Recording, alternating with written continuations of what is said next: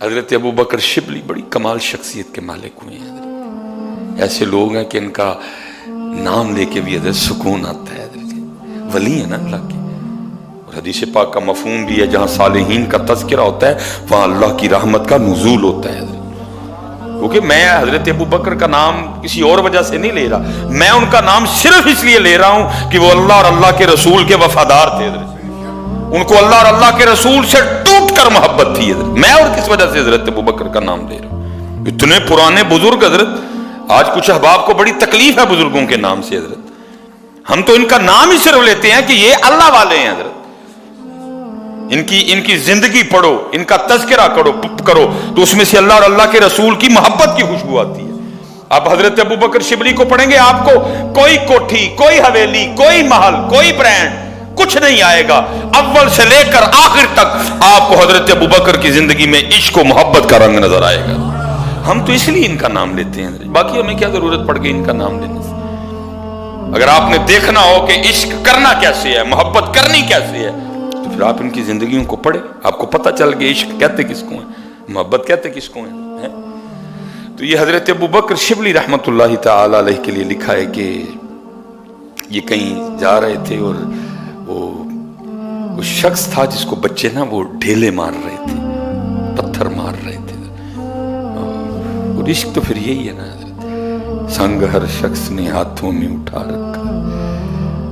میں پیر و مرشد کی بارگاہ میں عرض کی, میں حضرت کچھ عشق و ارشاد فرماؤ. چونک سے گئے, بالکل اسی طرح جیسے کوئی چھوٹا سا بچہ کو بڑی قیمتی چیز مانگ لے تو بندہ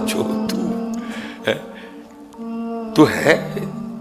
چونک سے گئے تو مجھے آگے سے ارشاد فرمایا, مولوی سلیمان روٹی شوٹی کھایا کر, عشق دا نام ہی نہ لئی ہے. وے سکوٹ وہ سکوٹ لے جانی ہے تیری, وہ بچوں کا کھیل ہے.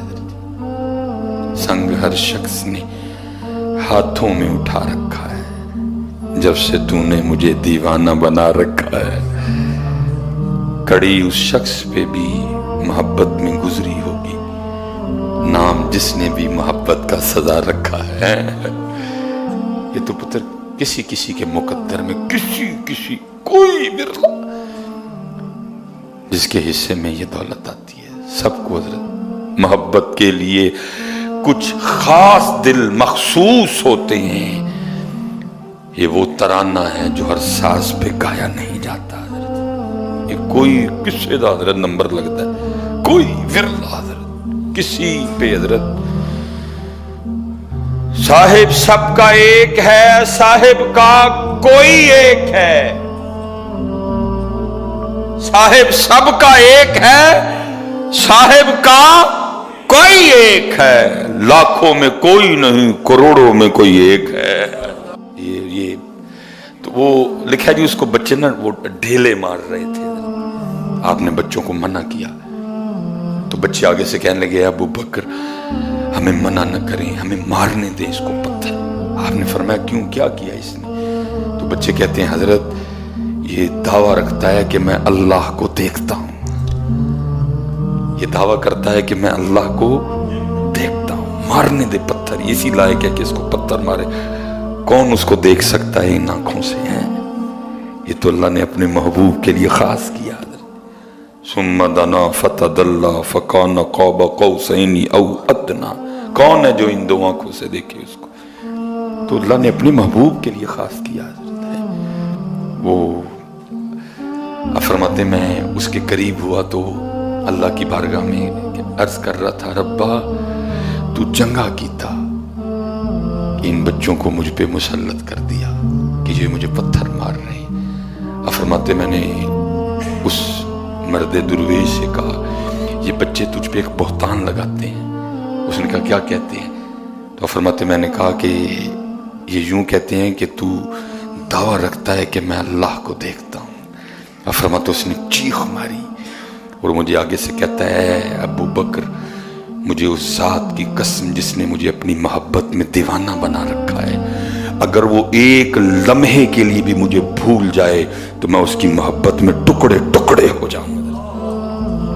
اگر وہ ایک لمحے کے لیے مجھے بھولے, غفلت طاری ہو جائے ایک لمحے کے لیے بھی, تو میں اس کی محبت میں ٹکڑے